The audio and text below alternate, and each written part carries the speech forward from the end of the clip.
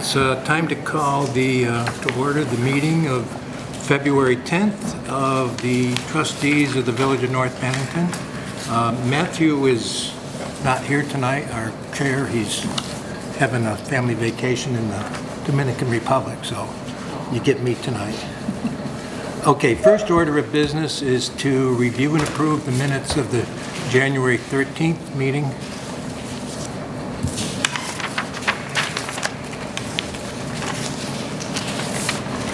I'll move we approve them as printed. I'll second that. Any discussion? All in favor? Aye. Aye. Okay, the second order of business is to review the warrant.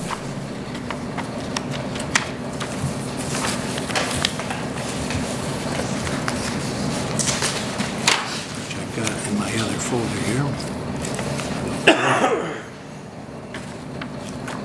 I did have a question about one of the bills. It was the one to DT Mance, and I did check the log and saw that it was for a CVPS survey, and I just wondered what that was about. It was done this summer. It was for the piece of land that the village would like to acquire. Oh, yes, yes. I know exactly. And he did not bill us until January. Oh, okay, but the one down by the river there. Acquiring from Green Mountain, or Yeah. CVPS. Right, okay, got it, thank you. Any other questions? Just a quick, so we're back to Mary went back to the other format. Yep. So is there a win code we have to approve as well? And it's just on the same one, or is this? Yeah, this is the Okay. win code. We approved them separately, just so that Okay. you know, you didn't know. Okay, so at the bottom there's a win code. We have to Right, approve okay. the win code too, so it's separate from the, okay, thank you. So the total for the normal warrant is $34,000, Yep. $34,458.74. Okay, I'll entertain a motion to approve the current warrant. I will move that we approve the warrant. I'll second. Any other discussion? Not, all in favor, say aye. Aye. Okay, and on that same piece of paper, there's the fire department's Wayne-Cope Foundation warrant, which amounts to $2,203.11. I'll move to approve. I'll second. All in favor? Aye. Okay.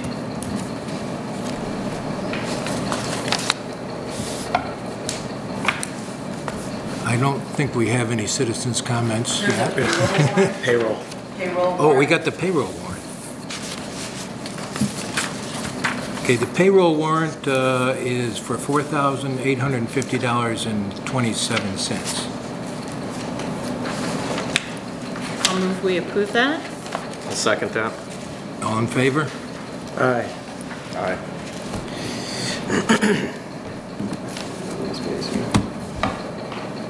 Okay. So I think next on the agenda is the treasurer's report. I have 2, 3, 4, several copies of, there are several things in this Okay. packet. There's one for each. Lori, there's one for you. Thank you. And we can just go over briefly the contents here. The first page is all of the account balances. These are all the reconciled accounts as of January 31st. In the cash account balance, there's just under $430,000. And in the restricted funds, all of those that are listed there, there's about $233,000. There remains in the Firehouse Reserve Fund approximately $10,000 that actually needs to go into the general fund. I'm just waiting until that CD matures so that we don't lose the interest on that. Likewise, there is a very small amount, and it escaped me off the top of my head, about $1,000. Actually, I don't even think it was that much. I think it was $311 that is coming out of the depot renovation fund and that is to cover the balance of the roof project that was not covered by the grant. So that's that page. The second piece. Yes, as a new treasurer, Mary, what do you, when you look at these, I mean, this looks like a lot of money to me, but I don't really know if it is. I mean, Well, do you think we're in good shape financially? Yes, I do think, though, that there ought to be some discussion at some point about looking at a long-term capital plan, because although there are reserves for equipment and things like that, really, I don't know that we really know it's totally sufficient in the time frame that such would be needed. So I just think my advice would be at some point we should engage in that Right, exercise. so we have a formal plan that we're reserving against or whatever we need to do. Yes, I think if we went through a process, which is not you know a few day process, it would be rather lengthy, but we could scope out a really thorough capital plan for the highway as well as the fire department and anything else. I mean, there may well be other infrastructure that ought to be considered in there too. But Right. at the very least, we are still making some provision to reserve funds for those expenses that we know at some point will be needed. Right. You know, and I think of the parks and the recreational facilities, that's something that we just kind of wing it as it comes up. And remember, Without making, you know, and it's important for the village. the cash balances also look pretty good right now because it's only a couple of months since all the taxes were due. So this kind of has to last for another year. So in that respect, it's not a whole lot. Right. Second thing that I thought you might want to take a quick look at is, my pages are out of order, is just a quick trial balance. Now that we do have hopefully everything automated and in QuickBooks, this is just a look for you at some of the revenue and all of the expense accounts that are there. Couple of things to keep in mind. First of all, the cash account balances, if you looked at the first page, they're not going to be the same because this is as of today. This will include, like, for instance, deduct out of the checking the amount of the warrant that was just approved. There may well have been other small deposits that have gone in here or there. There are several things that I've marked with an R that need to be reconciled with once we finish getting the beginning balances for the year. You can note that we now have about 6th or 7th line down. There is a prepaid insurance now for $12,543. This is the amount of the insurance that really is the next fiscal year. Right. And that was that whole discussion of why did it look like we were over expensed, which we really weren't. So you can take a look down through here and see where some of the very detailed monies go on some of these accounts. And What are these little R's here? those are things that I want to reconcile. Okay. So the cash or the reconciling is going to be the $900 difference between the first page of the funds and the balance. Yeah. If you added the top part of the trial balance, if you added all the checking, the payroll, the sweep accounts, etc. Gotcha. That would be that little difference. And the reserve and the restricted funds, those reserve accounts are not on the trial balance at all because they don't really belong to the. I mean, they're restricted. They're not part of your operating Great process. You're welcome. Then the other thing, since we have to keep digging deeper into things, the third one is just that same format that we've looked at before, where you can see where we are with July through January actual expenses versus what we budgeted. Now remember, some of the budget we spread just on a monthly basis or whatever. So some of these differences are timing. And that's the document that Mark has there. Bill's not voting on it. Yeah, I was you looking got for it that there. 12,000 for Okay. the insurance. So first, let me bring your attention to the very top right. There's a 41.76% up, way up at the top.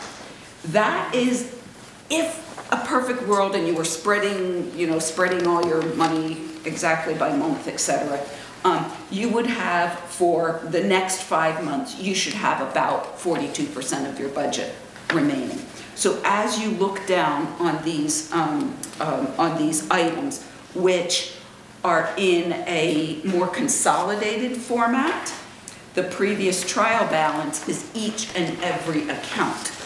So, for instance, in village office, there are several individual accounts that roll up into this village office number. But as you look down into the remaining balance, if you see anything that is significantly different than about 42%, you might wonder, did we budget too much or did we spend too much? Probably not. Much of this is timing. For instance, the village office, there were some expenses that came in this month, but the budget is spread out over the rest of the year. So that will all catch up. And as I looked down through here and was working on this, there really wasn't any account that I thought was in any way in any kind of dreadful condition or even anything of concern. There are some things for which there may be no balance remaining, but all the funds have been expended for the year anyway, such as the officer and drill pay under fire, such as many of the individual other organizations that are paid. At the very end of the report, we actually have, if you look at all the detail, there is actually 42% of the budget remaining. So we really are right on track. Maybe a few things are over, maybe a few things are under, but in total, it really is kind of right on track. Mary? Yeah. This includes the reserve funds, which are all marked at 100% because they're paid at the very end of the year. Absolutely. Right. So it seems like that might skew it to the higher end because they're not spread across 12 months. No, but that budget is all in the very end. So if we haven't spent anything, there's no variance yet. Right, I understand that, but it seems like that would skew the final figure That to be 42%. high, 42%. to be higher because none of that money has been accounted for. I see what you're saying. So, Yep, mathematically, I suppose you could, but if you look through this and then look at the other detail, especially if you look at that 6-month detail, that 26 pages that I didn't print off, yeah. I think that you'll see that there really isn't anything that I thought was really You could of also, concern. just knowing that those all come out at the end, you can take all those out and get a more accurate Yeah. reading on the total, just That's realizing right, that. Because that won't but it will push the change that number, sure. percentage. yeah. In Yeah. order to get a Yeah. more accurate percentage, we could take all of those out to And figure out again, the on some percentage. of this, for instance, if you remember that we're not netting any revenue in here. So if you look at highway and it looks like we've blown the budget there, you really haven't because of all that equipment that was sold. So if you really put the revenue to it as well, Right. this is, the highways is actually in a very favorable position. So like the debt service sinking fund, you've already spent that, right? That's Yes, 60 So that's all. that's skewing it in the other direction, Janice, because that's showing 100% gone on a $60,000 line item under general okay. government and debt Right. service sinking fund. So it does go. And I many think of the both other ways. organizations, that's a good point, many of the other organizations, Well, they- like the library and the, what do you call it, and all of those are already paid. So that's not a big item. Yeah. Okay. So combine that with your 26 pages of detail, and you've got plenty of things to keep you busy for a while. Just just for your information, Mary, I've been working with Green Mountain Power on the street light bills. I'm getting nowhere. I mean, I keep calling and they said, okay, I got to contact the accounting department and see how this is done. I'll call you right back. Well, they never call back, so I'm still working. I just keep calling them. Yeah, you're still right around $2,000 a month, and Right. maybe a little bit more here or there. And it should be 30 or 40% lower than that. Yeah, and it's going to depend on sometimes the number of days in the month and whatever. Because it looks like they haven't changed it. They haven't changed it to 17. It's supposed to be around 17 after the Yes. LEDs were installed. Yeah. Anyways, I'll keep calling just if you hear anything, let me know. And let me think, was there anything else? No, that was it. Okay? Thanks, Mary. Anybody got any more questions for our treasurer? We're getting more information than we ever got before. We're a little, Hopefully not. sometimes we're overwhelmed, but it's good. Okay, highway is next. Norm obviously is not here tonight. He's been out plowing But the roads look exceptional. 16 hours a day. But I did want to pass on one bit of information. I don't know how many of you are aware of this or have heard about it, but salt is in very short supply this year. Norm planned ahead and got some extra salt, so we're in relatively good shape. It doesn't look like we're going to run out, but we're being very careful, so some of the side streets and sidewalks aren't going to be salted like they have been in the past, just so people can be a little bit careful. If you're on one of the side roads and you think needs more salt, well, it probably does, but you're not going to get it. We got plenty of sand, so we're making up for lack of salt with sand. But the whole area, in fact, all of New England is in very short supply on salt, and I think the weather kind of played tricks on a lot of the areas this year that made it even worse than it would have been. Next is the Development Review Board that just met, and I assume it was favorable. That was, Brian was looking for a variance on, in addition to his house on Mechanic Street. Fire Department, any comments? Water Board?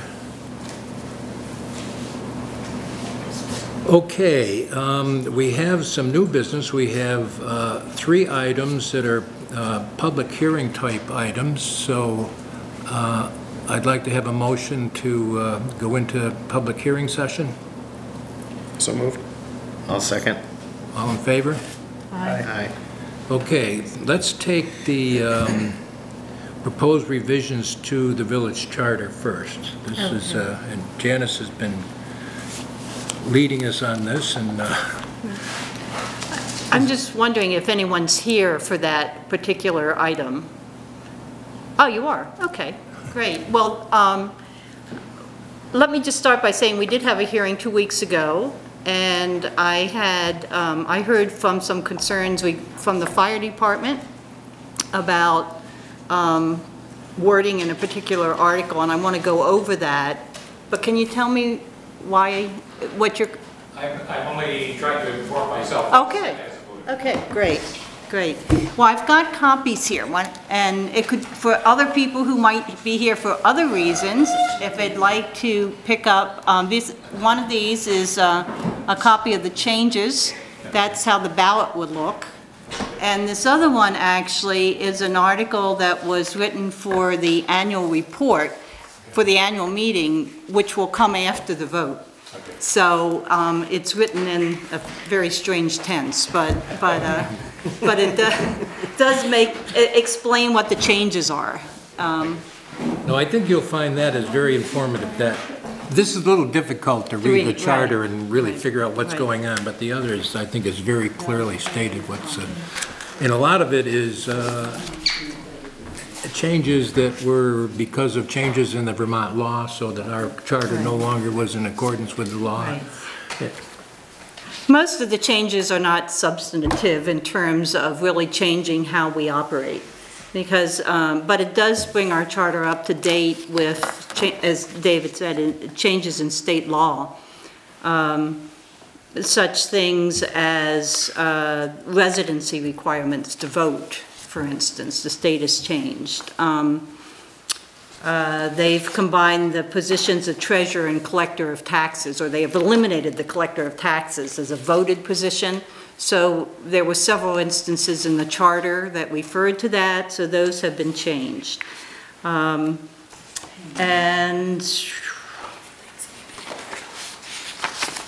were some changes that we've made as a village. For instance, we no longer appoint a street commissioner, we have a highway superintendent. And so there were things like that. There were several articles that we kept, even though we might not be exercising them currently, because we wanted to preserve our prerogative in the future to use them if we so choose.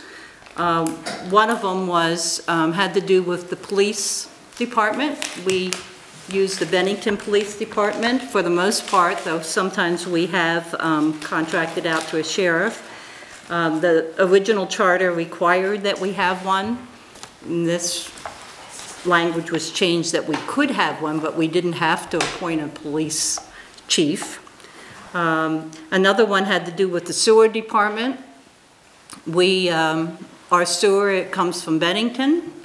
But in the future, that might change. And so we kept the prerogative to be able to operate our own sewer if we so chose sometime in the future. So there are lots of, most of the changes are those types of things. They won't necessarily impact on how we do business. There are a couple of items, though, that will.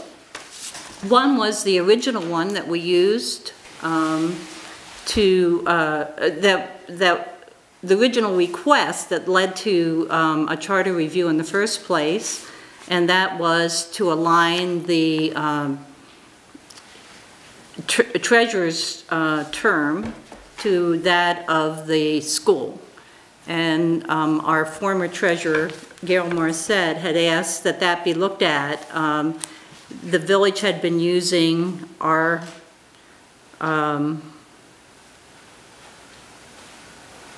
think about this. We'd been using our calendar year as our fiscal year, and the school was using the July through June, and the same person acts as treasurer of both of those organizations.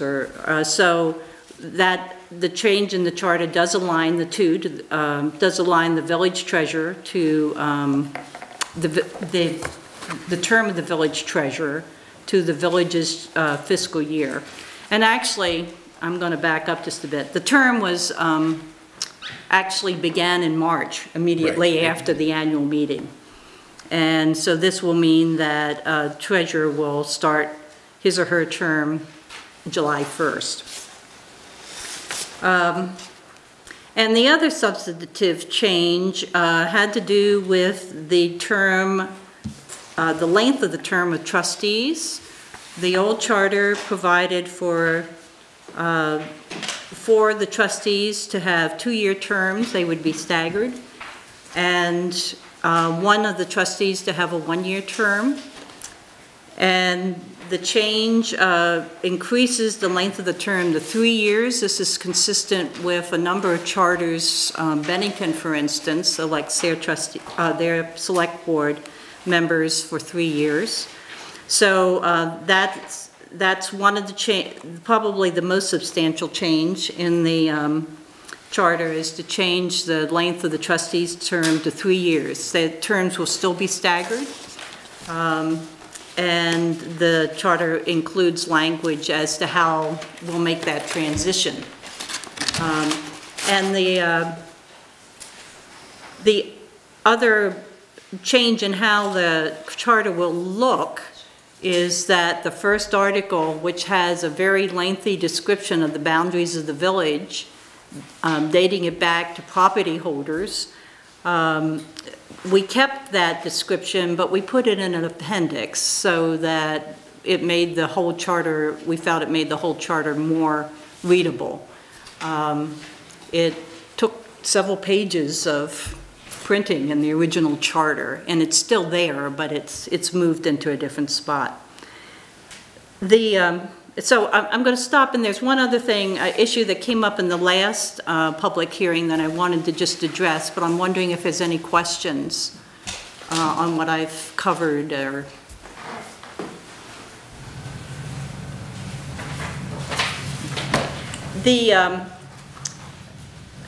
we had a public hearing 2 weeks ago, and I heard from Ed Myers, the fire chief, and the fire department in reading through the charter.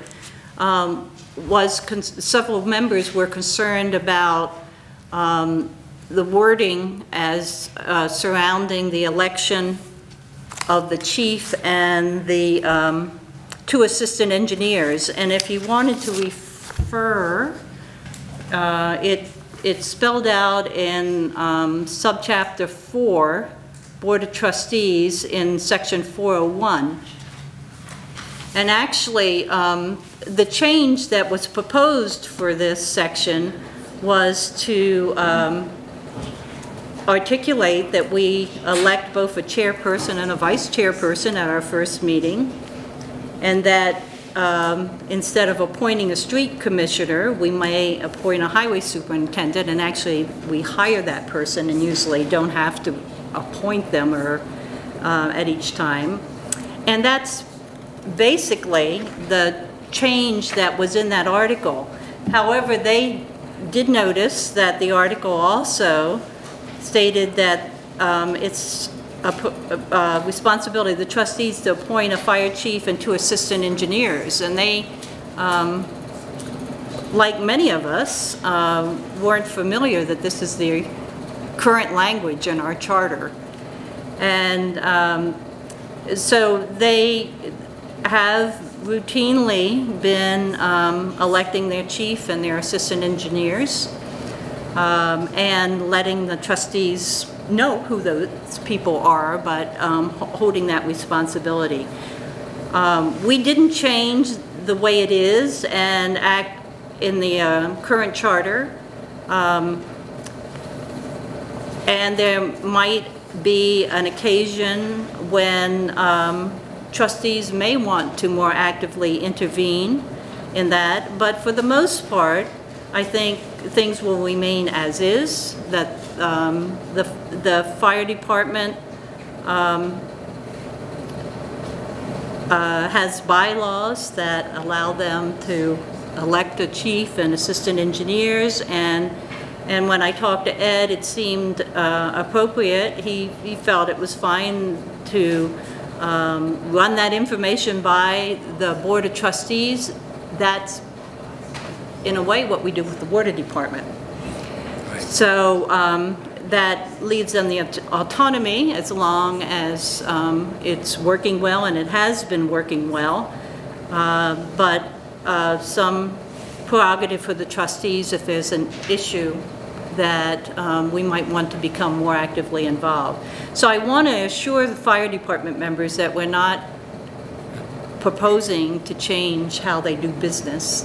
They run it well, and it's not a change. This is not one of the changes. It just allows the current charter to continue. So I'm open for any other questions. There are copies of the proposed amendments around town. I'm right on that, Lori? They're everywhere. They're everywhere. The post office, Powers Market, the library. The school. The school. Here. Yeah. Now, is there also a copy of her report with these, that, where she talks about it? There's a copy of that, there's a copy of the changes, and a copy of the sample ballot, and they're also online, and they're at the Bennington Town Clerk's office also. Good cover. So one thing to I guess the important thing is the vote on this will be March 3rd. It will be Australian ballot. It's required to be Australian ballot. So it will be on the elections on March 3rd, which come earlier than the village annual meeting. So by the time of the annual meeting, this will be decided. So it will either have passed or not. But the annual report will have information in it, which is what this other document is here, that reviews it with the, I guess, the assumption that it will have passed, but it may not. And also made clear, though, that the process of doing I hope it does pass. A lot of work has gone into it and a lot of thought. And we honored the current charter, choosing to build our changes on that rather than starting from scratch and coming up with something radically different. We also, or at least I'll speak personally, found out a lot about the foundation for our government. And it was very interesting. Along with some of the fire department members, I was surprised by some of the things that were in the charter. And I think it's helped us to be more aware of the rights and responsibilities and that we have as a village government. So it's been a very informative experience personally, but I get excited by these things. Not everyone does.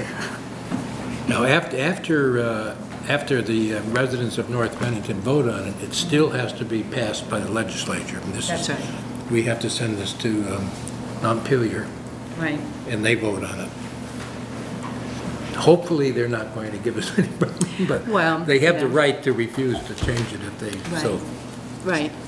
We did have it vetted some by the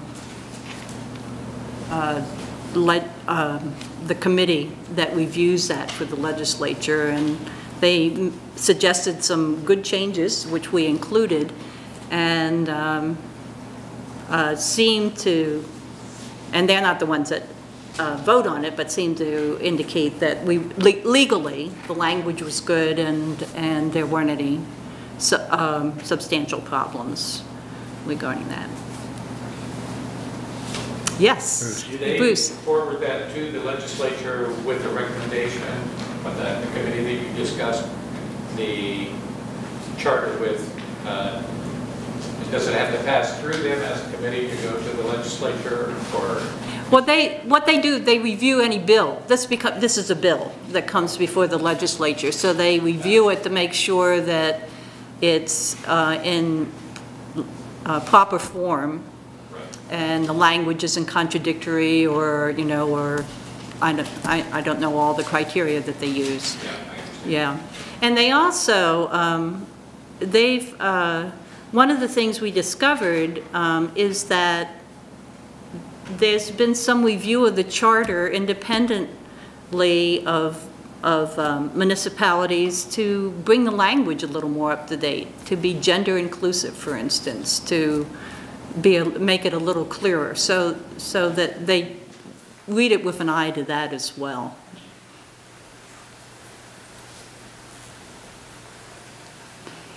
If people have questions, I'm open to talking with you between now and the March 3rd elections. So this is our last public hearing, but just personally glad to answer questions or to go over what the changes are. So please feel free to contact me, and I'm listed in the phone book. Okay, anything else? Thank you, Janice. Janice has put in hours and hours of work in getting this together. I wasn't alone, though. Bill worked with me, and there were some other folks, too, along the way, and that was very helpful. Okay, thank you. Well, we said 7:30. I guess everybody's here that wants to partake in the presentation of the Mechanic Street scoping study. There's some seats up front here if anybody wants to sit down and relax. Okay, with us tonight, we have Mark Andrews, who's the Transportation Program Manager. And he's going to lead the discussion. Actually, I'm going to pass the buck a little bit because this is a project that Jim Sullivan has been working on, and Jim is double booked tonight. He's at a meeting at Summerland, and I'm going to pass it on to the project consultant. Okay. Hi, I'm Chrissy Haskins with Dufresne Group. Do we have people here for the Mechanic Street project? Great. So basically, after the last public meeting and after reviewing the existing conditions and environmental factors and village plan and things of that nature, we came up with some critical elements to use as criteria for evaluating the sidewalk alternatives. One of them was no adverse effect on existing drainage issues for the properties south of Mechanic Street, or on the south side of Mechanic Street. To try to maintain the ability to park on the street, improve roadway drainage, utilize grass strips where possible, and to maximize the use of existing pedestrian facilities. So with those items in mind, we broke the project into 3 segments.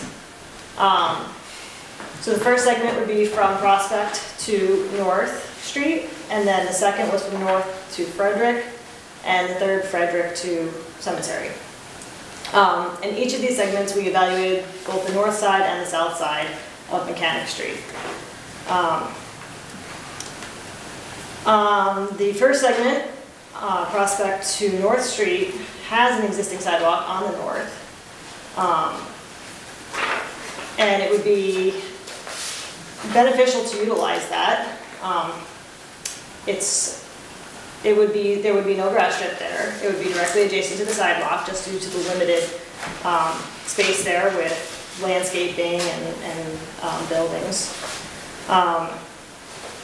And then on the south side there, it is a little narrow, but it would accommodate a 5-foot wide sidewalk directly adjacent to the road again. And then on the south side, it would actually have to divert away because there's a utility pole there. Could try to move it, but that tends to get a little more lengthy on the schedule. But we think that it would still fit within the right-of-way to then move away at that utility pole, move away, and continue with a grass strip. Moving into the next section, from North Street to Frederick, the existing gravel pathway, is on the south side. That does not conflict with any landscaping, poles, building structures, anything like that. There's no conflicts on that side. On the north side, we have utility poles along the entire length, pretty much from north to Frederick. And when you get closer to Frederick, on the north side, the grade slopes away from the road. So there might be an issue there with needing some fill in order to put a sidewalk in there. There's also some landscaping that would conflict on the north side. And then continuing on to the last segment. Up there, it could really go on either side. If it was on the south side, just the only conflict there would be a hydrant, which could easily go around.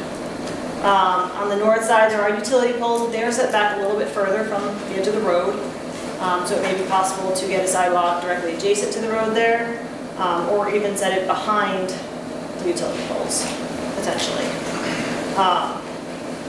So what we did was come up with a few alternatives.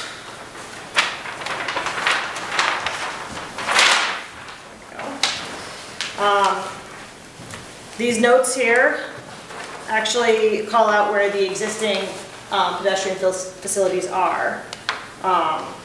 So there is a little bit of concrete sidewalk down here, and then it narrows, and I think it eventually just disappears before North Street.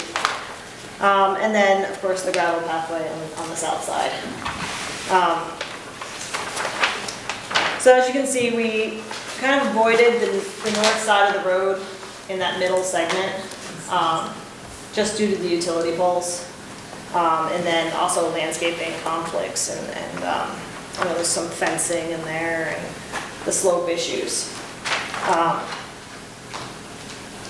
But for the most part, on the two ends, it's really going to be up to everybody here as to what you'd like to see. There are no major conflicts on anything shown in here. Any questions so far? So the, if the combination of north and south is going to be used, there's going to have to be crosswalks added at, it looks like at Frederick Street, and I don't know if there are any others. Correct. So basically, on this red line, that's the south side of the road the entire way. You'd only need one crosswalk at the end, and there would be a crosswalk across Frederick Street. Using the blue line, you'd have a crosswalk across Mechanic Street at Frederick Street, but that would be the only crosswalk on that one. And then on this orange line, there would actually be two crosswalks on Mechanic Street, one at North and one at Frederick. So to minimize crossings, the blue line actually minimizes the number of street crossings there are. The other benefit to having the sidewalk on the south side here is that more of the properties are located on the south side, and then the access to the college from Frederick Street, less crossing the street to the north. You know, more people are using it on the south side. If we have the sidewalk or the crosswalks, so that maybe we get stop signs with them? Not necessarily. Could we? Potentially.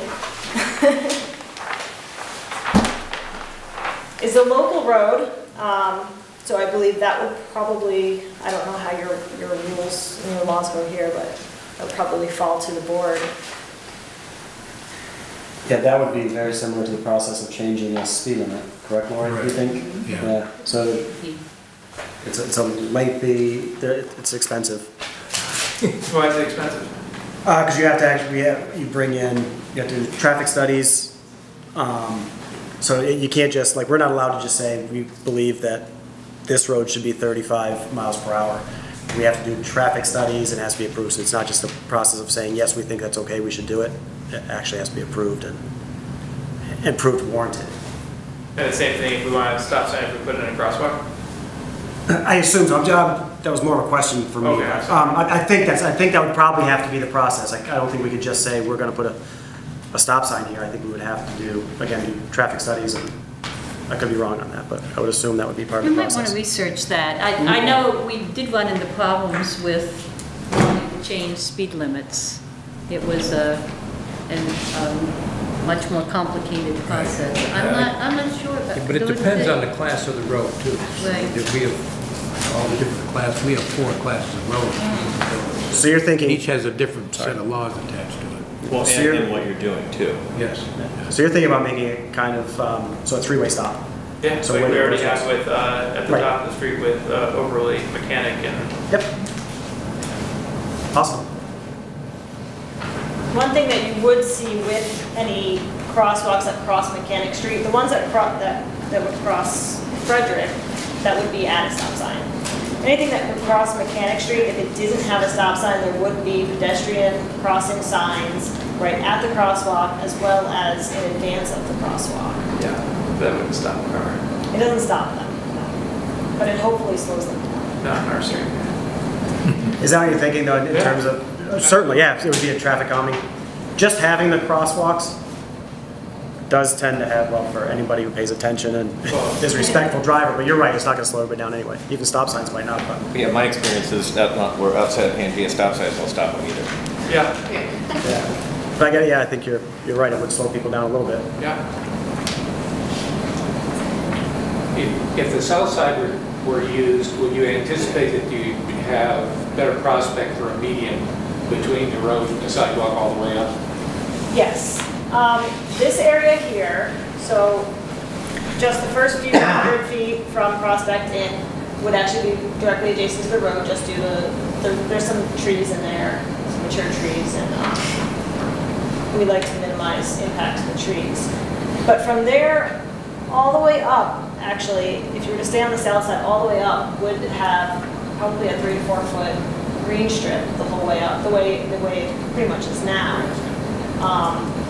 And then curbing wise, we would actually recommend no curbing all the way up to the catch basin on the hill to allow the drainage to remain as it currently is. And if you put curbing along that whole stretch, you need to add drainage along the whole stretch. The water would have nowhere to go. On the hill, there are some signs of erosion along the hill. On the north side, the water drains off the road and down the hill. On the south side, it can't do that, so it actually runs parallel to the road, down the shoulder, and that's where the erosion comes from. So by putting in curbing on that hill, it would actually force the water right into the catch basin. They're not putting curbing on. So that would help the drainage there a little bit. Up here again, no curbing, so leave the drainage the way it is. I'm sorry, Christine, where are we proposing no curbing? No curbing from Frederick to the cemetery, so leave the drainage patterns the way they are. Okay, like in front of the houses, though, there would be curbing there. The only question I'm having is, if we go with no curbing, it basically becomes a parking area. Yes. So if it's street level and you're just talking about where we have that now in most of the village, most of the complaints are that people just pull right up on and park on the sidewalk. We have several issues with it now. But if you're talking north of Frederick, there are very few.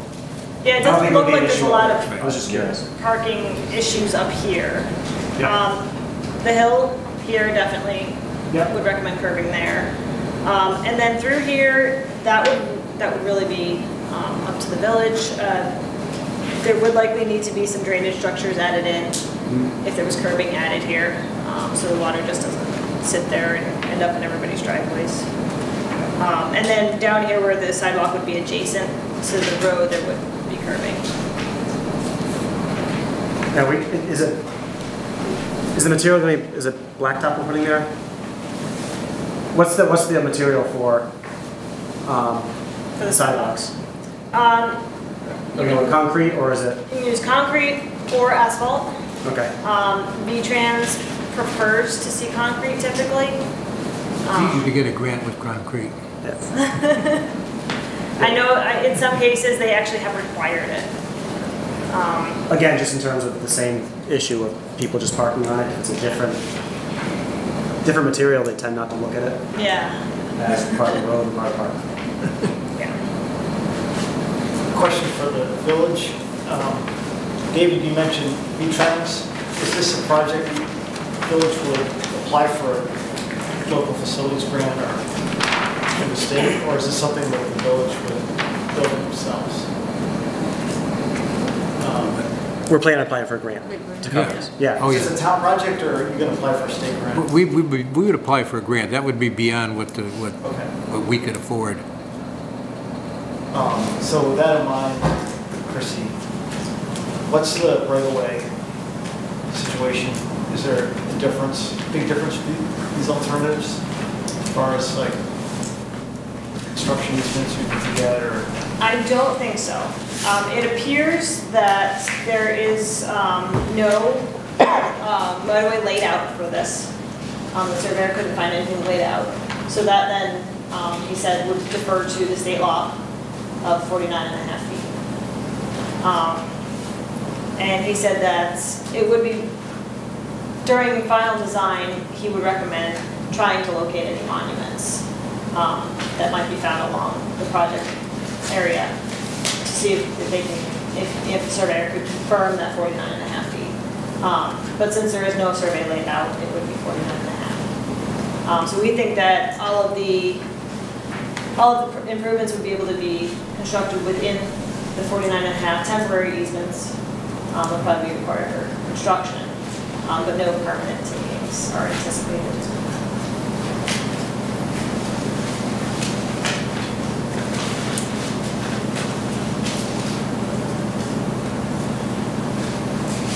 One other thing to note is that if there was curbing along the entire length,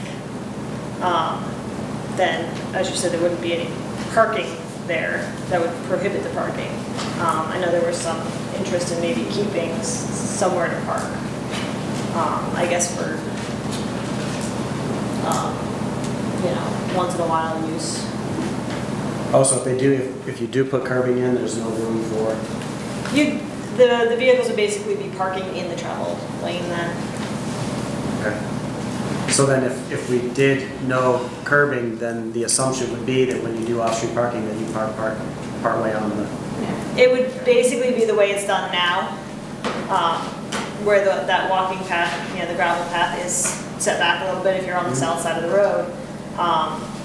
People could pull partially into that green strip, which is, it's my assumption that that's probably how it works now. So in that 49.5 feet, there's not enough room for 2 lanes, parking, and a curb and sidewalk? You would actually have to, if you were to put in parking there, you would have to push everything back further onto the. And then you'd be in right-of-way problems, more likely. You'd probably be right on the edge of it, potentially into private property. But the other thing is that a lot of people consider that area that's within the right-of-way, that's grass, to be their property. Right. So then you get some potential issues with people not wanting to give up their lawn. And there's, landscaping and things of that nature. Following the existing alignment, you don't get into any of that because there's nothing in the existing pathway alignment. But when you start going back a little bit further, then you get back into some other obstructions. One thing to note is that we did get the historic report, and this is a historic and archaeologically sensitive area. Good to hear, right? More money. I did speak with the historic specialist today. He actually considers that gravel path to be historic unless you have any documentation as to a timeline on it. So basically what he would recommend is if there is no documentation as to when it was maybe placed there or when people started making it, then he would recommend some archaeological investigations. He said they actually could be pretty minimal. The architectural aspect of it is, it's a considered moderate sensitivity, but we're not going to get far enough back to impact any of the structures.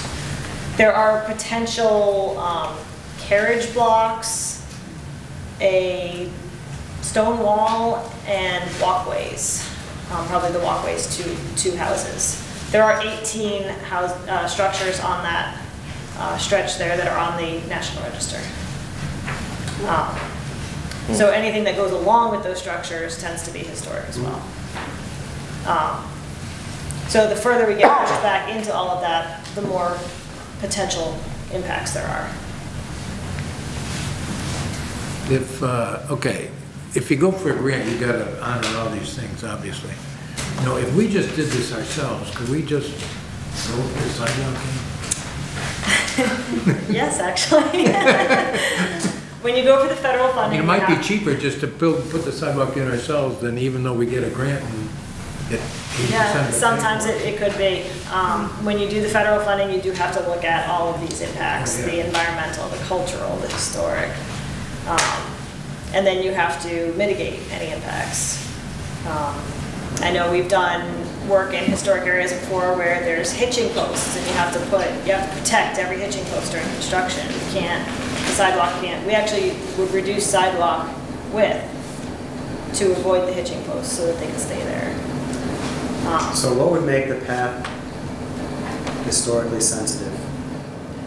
Would it be if there's marble under the gravel, under the concrete, under the blacktop that's on it now? Possibly. So basically they're saying that if there's a path there, there could be stuff underneath it that's historically or archaeologically sensitive. So I think what he's recommending is that if you can't document when it was there, when it started, then he would recommend some small archaeological like excavation areas, I guess, to just see if there's anything there. Just from the way everything's laid out there, it looked like that sidewalk was part of the plan for the houses, because all the houses are set back a good ways from it. I mean, that sidewalk was there while they were building all those houses there. Yeah. And he does agree that it is a logical place for a sidewalk. Right. See if we have maps that might. Yeah, we'll have to, Yeah, what would they actually take for documentation? Like, is it simply a photograph of? Photographs, some of the old minutes, insurance maps have some good detail. maps, yeah. Okay.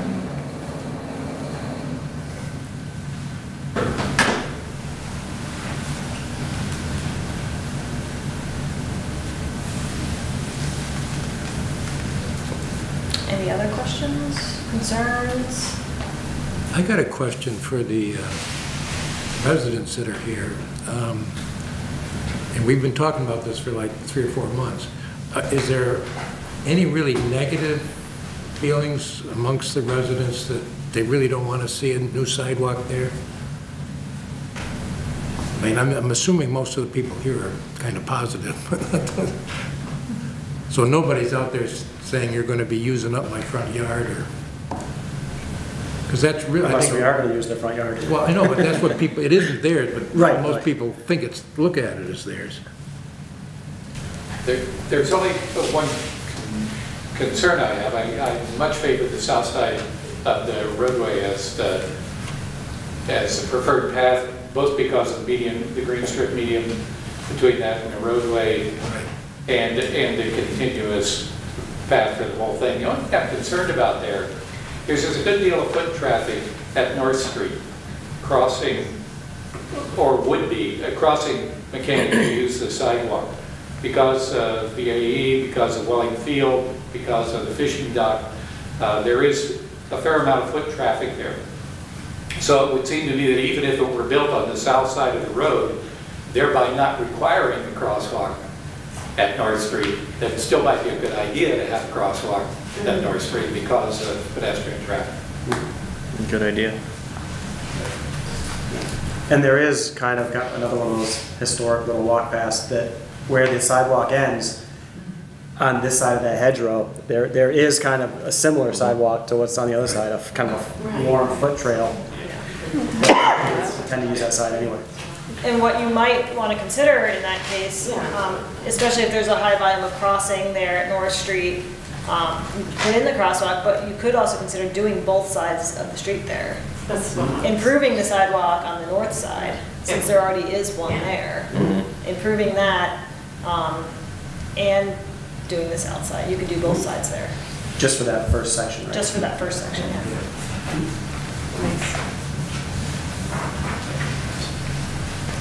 That would also give the crosswalk a place to go. Right. If you do go for state funding, they don't like sidewalks that just end. And in grass. Or crosswalks to nowhere.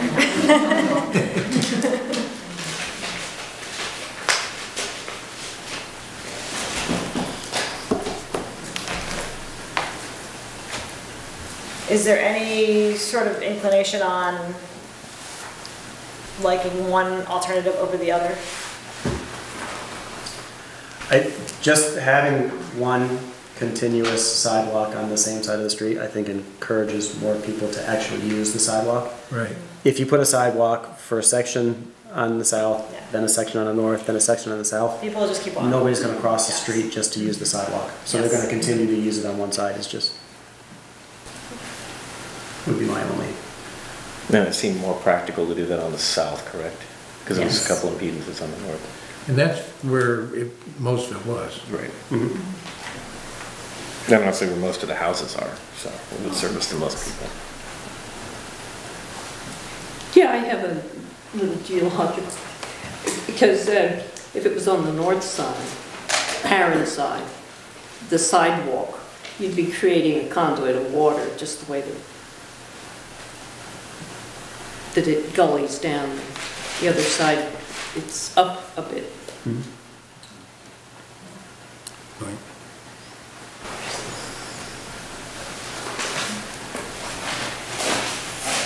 Okay, is there any other comments or questions? So what's the next step, Christine? Where do you go from here? From here, we would want to ideally get a consensus on an alternative. And then from there, we'll finish the report. The report will be submitted to the village and to the state. And we will have another public meeting to review the report and the final alternative, the preferred alternative. Now, when we start defining these alternatives more, will part of your report have cost figures to say, if we go this way, it's this much, if we go this way, it's... Well, we've already looked at the cost a little bit. Pretty much all of these alternatives, whether you go on the north side or the south side, they're pretty much all about the same cost. The thing that really affects the cost here, they're all the same length. So the thing that affects the cost here is curbing, drainage, and other specialty items like if you're on the north side of the road, up on that hill, you're going to need some fill to level it out. Yeah. So things like that. So anywhere there's curbing, like down by Prospect Street, you'd have curbing on both sides there. So that kind of equals out. They're about the same price to go either side. If you did both sides, obviously that doubles the price. Up on the hill, on the south side, you would have curbing on the hill, but not if you went on the north side, you wouldn't have curbing. So the north side might be a little bit less expensive during construction, but now you have to worry about easements and pole moving and other things like that. So pretty much looking at the sidewalk construction itself, it all kind of equals out right now. Okay, now the issue that we have with whether we go for the federal grant or try and do this on our own, there's some big cost factors there that, will those be identified in any way that we could use to help make a decision? I think we can call out some factors that might make one more or less expensive than the other. I think it's important to really spell out, although you're not going to need any permanent easements, with these federally funded grants, you will need construction easements if you're on the edge of the right of way. You need 10 feet. If you have to set concrete forms or something like that, you still need to get a construction easement. And I can tell you from personal experience, if you have a property owner that is really opposed to the project, and you need to get a construction easement from that property owner, you're basically, it's very difficult. It's more expensive. And the other consideration about whether it's a town project or a federal project is time. The federally funded projects in Vermont, the small sidewalk projects take between 3 and 7 years from the time you get the money to when you actually finish construction. And it's often more like 7 years.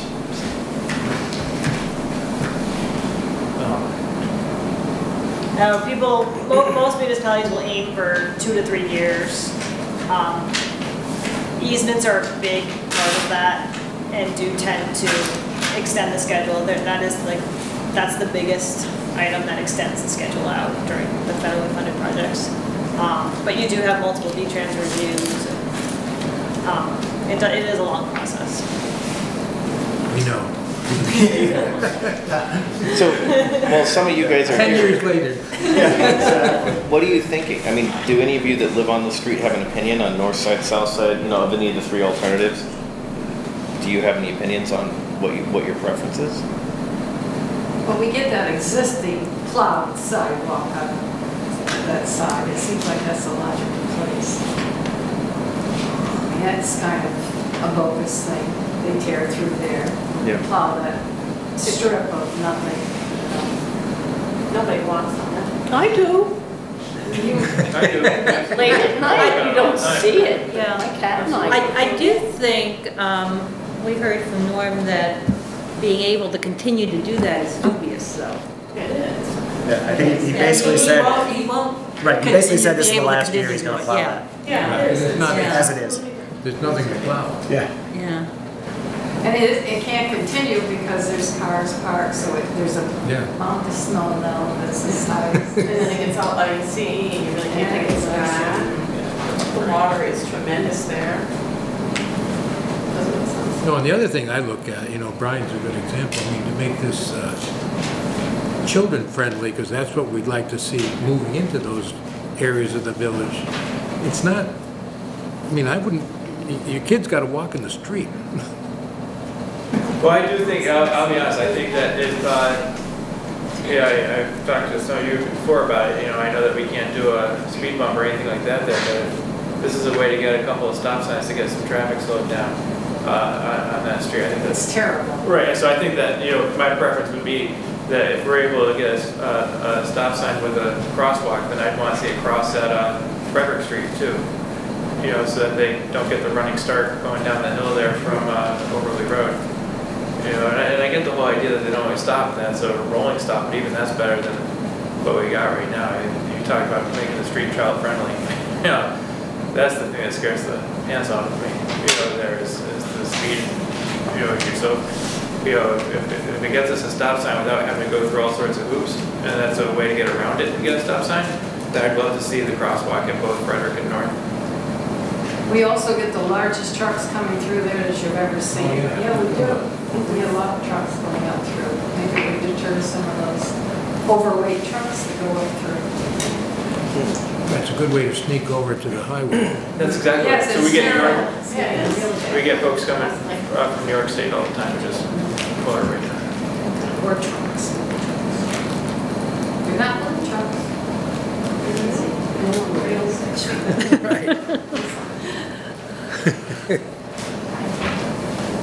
Okay, any other comments?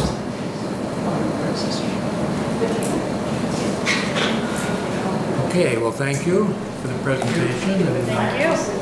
We'll be looking for the next edition. We'll put together maybe a description of what seems like the preferred alternative and get that over to you. Okay, and we'll try and get the information out to the residents. Great. Thank you. Thank you. Thank you.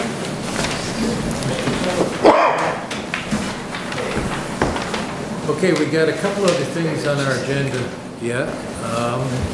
One still in public hearing.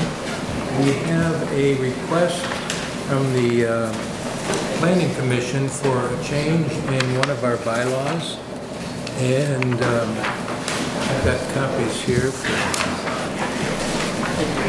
See you later, thank you. I have copies too, David. I made copies that you need to pass. Laura, I have a question now. If we approve this, is there a waiting period? I think so. 45 days? Yeah. So people, if anybody has any questions, they can still bring them forward to. Okay. Let me see if I can explain this. We're talking about two zoning areas, the Village Residential VR and the Village Residential Professional, which was added in the new bylaws. And actually, I think it was an oversight in that what was not included in the Village Residential Professional was a restriction on parking in front of the building, like because it's in a residential area that there are professional people, and saying that if it's strictly residential, you can't have a parking lot in front of your house. This was saying, and so that was also applying directly to the village residential professional, but it wasn't really identified. So it was totally unclear. So to clear that up, they've made one change to add the village residential professional district to that clause. As it reads now, it says, in the VR districts, required parking may not be located in the front yard setback unless on a driveway on a permitted curb cut. Pavement shall not replace lawns or planted areas in the front yard. Basically saying you can't put a parking lot in your front yard in a residential area. Now, the residential professional, which is maybe a lawyer or a doctor who has an office within the residential area, and some of these, it may on rare occasions be appropriate to have it, but they don't want to leave it wide open. So the way it reads, they would like to have it read, it says, in village residential districts or in the village residential professional district without express approval of the Development Review Board, required parking may not be located in the front yard, etc.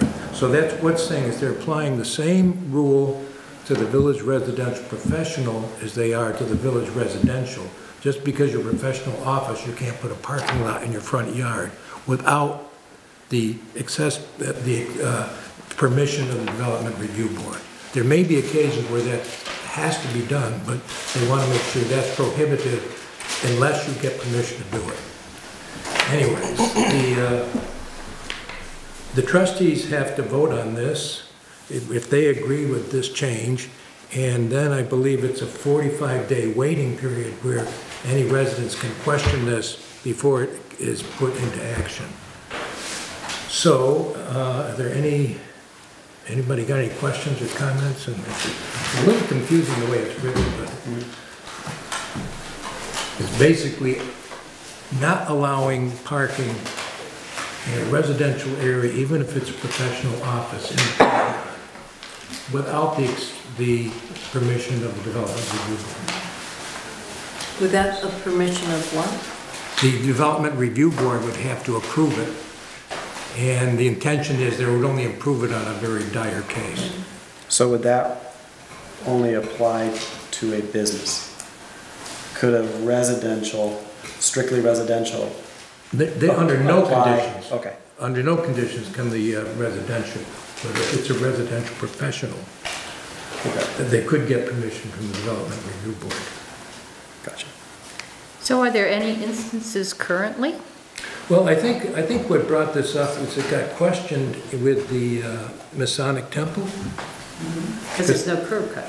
Because there's no curb cut, and it's very difficult. I mean, but there is room if you wanted to put parking in the back, but that would be, be expense of the homeowner to do that if they wanted to.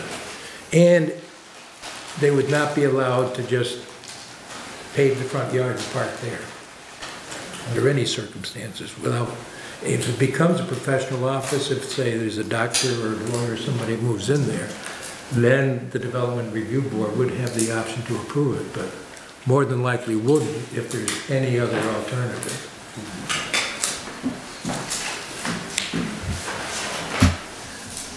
Okay, no more discussion. And I'll entertain a motion to approve this proposed change. I'll move that we approve the proposed change as presented. And second? A second. All in favor? Aye. Okay, that concludes our standard meeting. We have a couple short things to go over in executive session. Bill has one and I have a contract review that I'd like to go over. Okay. I will make a motion to go into executive session. I'll second. And I think Bill state the... Oh, what's the reason for? Oh, mine's gonna be following up on, the spray painting around town, legal stuff. Okay. Okay, Legal. legal, yeah.